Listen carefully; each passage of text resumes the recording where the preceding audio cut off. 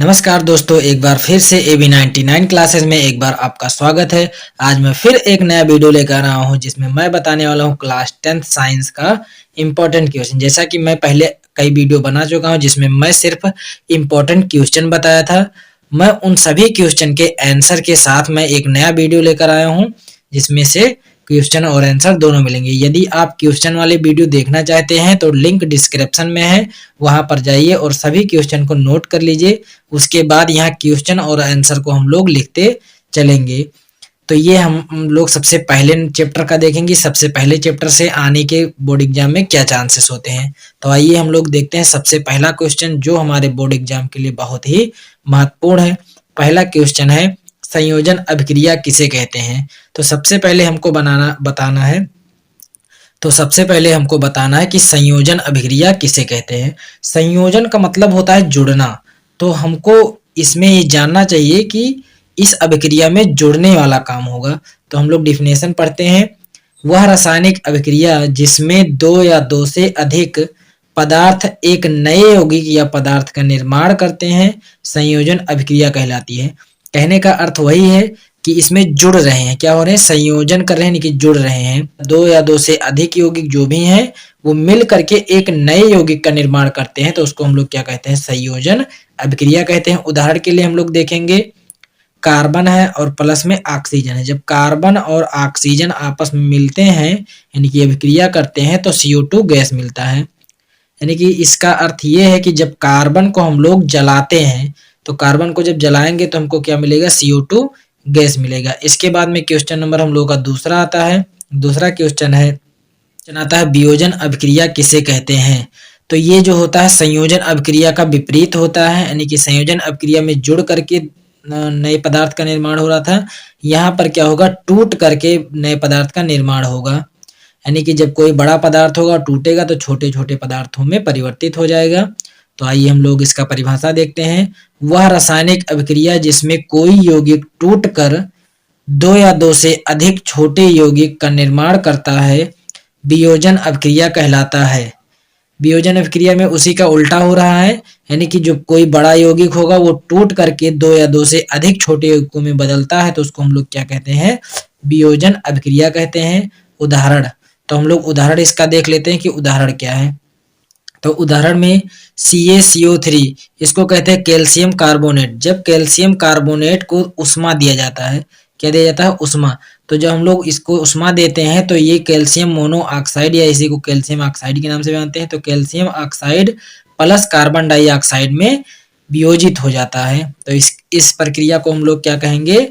वियोजन प्रक्रिया या वियोजन अभिक्रिया कहेंगे। इसके बाद में हम लोग का अगला क्वेश्चन आता है, question number third. Question number third में हम लोग देखेंगे कि विस्थापन अभिक्रिया क्या है। विस्थापन अभिक्रिया ये बिल्कुल आसानी से समझे। विस्थापन का मतलब होता है अलग करना। उदाहरण सहित हमको बताना है। तो इसका हम लोग परिभाषा पढ़ते हैं, उसके बाद में फिर समझा रहा हूं आपको। तो हम लोग इसका परिभाषा देखते हैं। वह अभिक्रिया जिसमें अधिक क्रियाशील पदार्थ कम क्रियाशील पदार्थ को विस्थापित कर देता है, विस्थापन अभिक्रिया कहलाता है। इसमें हम लोग समझते हैं कि जब कोई ज्यादा ताकतवर इंसान होता है तो वो क्या करता है कि जो कम ताकतवर इंसान है उसको अलग कर देता है। तो उसी प्रकार से इसमें क्या होता है, जो ज्यादा अधिक क्रियाशील पदार्थ होता है वो कम क्रियाशील वाले पदार्थ को अलग करके वहां पर उसका स्थान ले लेता है। तो हम लोग इस प्रक्रिया को क्या कहते हैं? विस्थापन अभिक्रिया कहते हैं। उदाहरण में हम लोग जैसे देखें तो ये लोहा है, Fe आयरन जिसके कहते हैं, या फेरस का नाम देते हैं, और उसके बाद में CuSO4। ये होता क्या है कि जो Fe है ये अधिक क्रियाशील होता है अपेक्षाकृत Cu के। तो ये जाता है Cu को अलग करके और इसके स्थान पर इसका स्थान ग्रहण कर लेता है। जैसे कि अगर हम दिखाएं ये क्रिया हो रहा है तो उसके बाद में FeSO4 प्लस Cu बाहर निकल गया। इसका मतलब ये ज्यादा क्रियाशील था तो इस कम क्रियाशील वाले धातु को निकाल करके बाहर कर दिया और उसके स्थान पर स्वयं जा करके उपस्थित हो गया। यानी कि इस प्रक्रिया को हम लोग क्या कहेंगे? विस्थापन अभिक्रिया कहेंगे। इसके बाद में हम लोग का चौथा नंबर क्वेश्चन आता है, उदासीनी कारक अभिक्रिया। तो हमको बताना है कि उदासीनी कारक अभिक्रिया क्या है। इसी को कहीं कहीं लिखा होता है उदासीनीकरण, तो इसमें कोई परेशानी की बात नहीं है, कारक या करण दोनों सेम है। आइए हम लोग इसका परिभाषा पढ़ते हैं। वह अभिक्रिया जिसमें अम्ल एवं क्षार अभिक्रिया करके लवण तथा जल का निर्माण करते हैं उदासीनीकारक अभिक्रिया कहलाती है। यानी कि वह अभिक्रिया जिसमें अम्ल और क्षार, यानी कि जो अम्ल होता है और क्षार होता है, ये दोनों आपस में अभिक्रिया करके लवण बना दे। क्या बना दे? लवण और जल बनाए, तो इसको हम लोग क्या कहते हैं? उदासीन अभिक्रिया कहते हैं या उदासीनी कारक अभिक्रिया कहते हैं। जैसे कि एग्जाम्पल में अगर हम लोग देखें तो देखो, अम्ल है, अम्ल प्लस क्षार को जो हम लोग मिलाते हैं तो लवण और उसके साथ में जल का निर्माण होता है। तो इस अभिक्रिया को हम लोग क्या कहेंगे? उदासीनीकरण अभिक्रिया।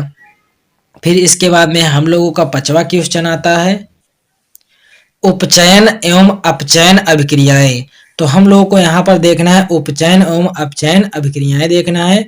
तो सबसे पहले हम लोग देखेंगे ए नंबर, ए क्या है? उपचयन या आक्सीकरण।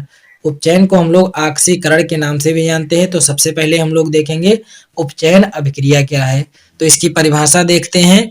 वह अभिक्रिया जिसमें ऑक्सीजन का योग, यानी कि ऐसी अभिक्रिया जिसमें ऑक्सीजन जुड़ रहा हो या हाइड्रोजन बाहर निकलते हैं, उपचयन या ऑक्सीकरण अभिक्रिया कहलाता है। कहने का अर्थ यह है कि ऐसी अभिक्रिया जिसमें या तो ऑक्सीजन जुड़े या हाइड्रोजन बाहर निकले, तो उस अभिक्रिया को हम लोग क्या कहेंगे? उपचयन या ऑक्सीकरण अभिक्रिया कहेंगे। जैसे 2Cu प्लस O2, यानी कि दो अणु क्या है? Cu है प्लस में O2 है। जब ये दोनों अभिक्रिया करते हैं तो बनाते हैं CuO। इसको हम लोग कहते हैं कॉपर ऑक्साइड। तो कॉपर ऑक्साइड बनाए तो ये कौन सी अभिक्रिया होगी? उपचयन अभिक्रिया होगी। क्यों होगी? क्योंकि ये ऑक्सीजन जाकर के इसमें जुड़ रहा है, इसलिए हम लोग इसको क्या कहेंगे? उपचयन अभिक्रिया कहेंगे। फिर उसके बाद में हम लोग का बी नंबर आता है, अपचयन अभिक्रिया किसे कहते हैं?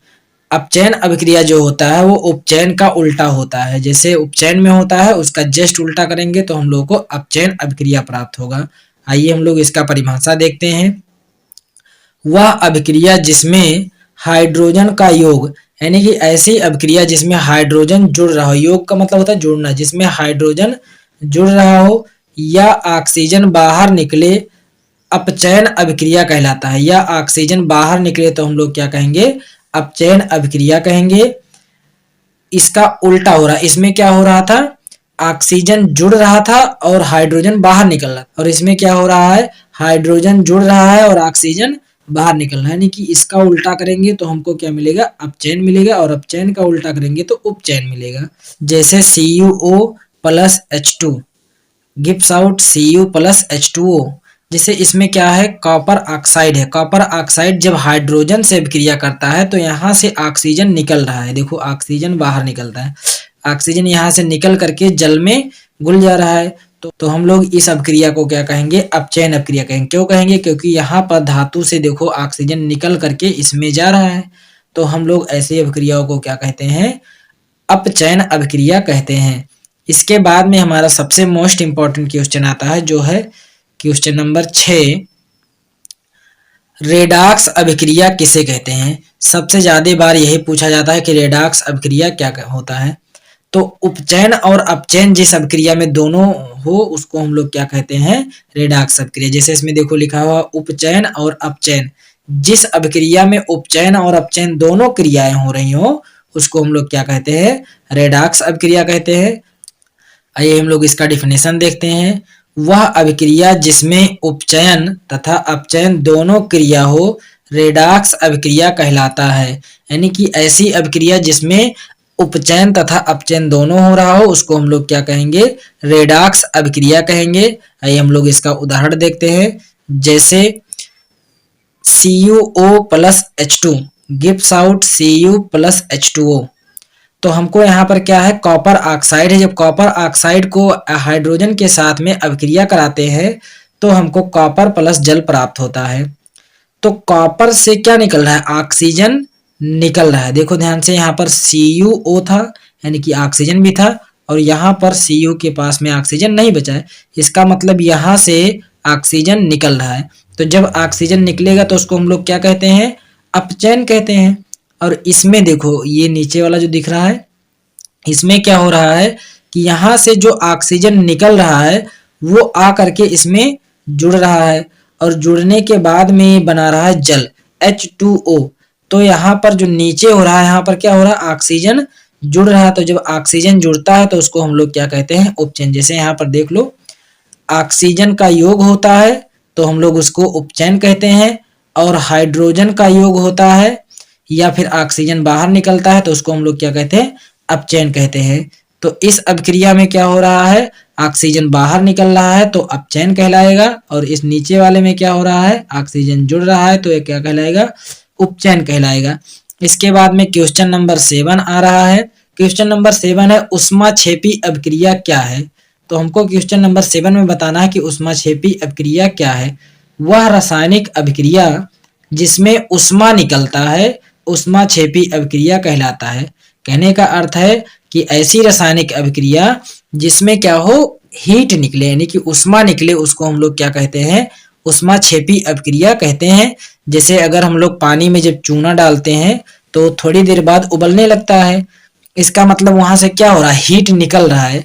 तो हीट जब निकलता है तो ऐसे अभिक्रिया को हम लोग क्या कहते हैं, ऊष्माक्षेपी अभिक्रिया कहते हैं। और फिर उसके बाद में इसका एग्जाम्पल हम लोग देख लेते हैं। इसका एग्जाम्पल है CH4 प्लस 2O2, यानी कि 2 अणु ऑक्सीजन है। जब मेथेन से 2 अणु ऑक्सीजन की अभिक्रिया होती है तो CO2 गैस प्लस में जल और प्लस में ऊष्मा प्राप्त होता है। ये जो मेथेन होता है, मेथेन को जो हम लोग जलाते हैं, मेथेन को हम लोग जब जलाते हैं तो उसमें से CO2 gas, carbon dioxide gas निकलती है, उसके साथ ही साथ जल निकलता है, और जब जल निकलता है तो बहुत ही उसमें से ऊष्मा निकलता है। तो इस अभिक्रिया को हम लोग क्या कहेंगे, ऊष्माक्षेपी अभिक्रिया कहेंगे। जैसा कि हम लोग नॉर्मली अपने घर में देखते हैं कि जब हमारे घर की पुताई वगैरह होता है तो जब हम लोग पानी में चूना डालते हैं तो थोड़ी देर बाद वो उबलने लगता है। उबलने लगता है, अगर उसमें हाथ रख दिया जाए तो हाथ भी हमारे जल जाएंगे। ये क्यों हो रहा है, क्योंकि उसमें से ऊष्मा निकल रहा है। तो ऊष्मा जिसमें से निकले उसको हम लोग क्या कहेंगे, ऊष्माक्षेपी कहेंगे। और जैसे मान लो हम मुट्ठी में सरफ ले लिए, और सरफ लेने के बाद में उसको जब पानी में लेकर जाएंगे तो देखेंगे कि थोड़ी देर बाद हमारे हाथ जो होंगे वो क्या हो जाएंगे, गर्म हो जाएंगे। वो क्यों हो जाएंगे, क्योंकि ऊष्माक्षेपी अभिक्रिया होने लगती है जल और सरफ के साथ में। तो यदि आपको वीडियो पसंद आ रहा हो दोस्तों तो वीडियो को लाइक करें, और अगर चैनल पर नए हैं तो चैनल को सब्सक्राइब करें। एक बार मैं सारे क्वेश्चन को दोबारा दिखा दे रहा हूँ, सभी का आप स्क्रीनशॉट ले लीजिए। पहला है संयोजन अभिक्रिया किसे कहते हैं, दूसरा है वियोजन अभिक्रिया किसे कहते हैं, तीसरा है विस्थापन अभिक्रिया क्या है उदाहरण सहित, और क्वेश्चन नंबर चौथा है उदासीनी कारक अभिक्रिया क्या है। तो फिर अगला है उपचयन और अपचयन अभिक्रियाएं। उपचयन और अपचयन अभिक्रियाएं दो होती हैं, एक होता है उपचयन और दूसरा है नीचे बी अपचयन। फिर उसके बाद में अगला हमारा है रेडॉक्स अभिक्रिया किसे कहते हैं। फिर लास्ट में हम लोग देखेंगे, तो लास्ट में है ऊष्माक्षेपी अभिक्रिया किसे कहते हैं। यदि दोस्तों आप चैनल पर नए हैं तो चैनल को सब्सक्राइब करें। यदि वीडियो कहीं भी पसंद आ रहा हो, थोड़ा भी अच्छा लग रहा हो, तो वीडियो को लाइक करें और अपने दोस्तों के साथ शेयर जरूर करें। और यदि आप मोस्ट इम्पॉर्टेंट क्वेश्चन जो भी चाहते हैं इस चैनल के थ्रू आपको मिलता रहेगा।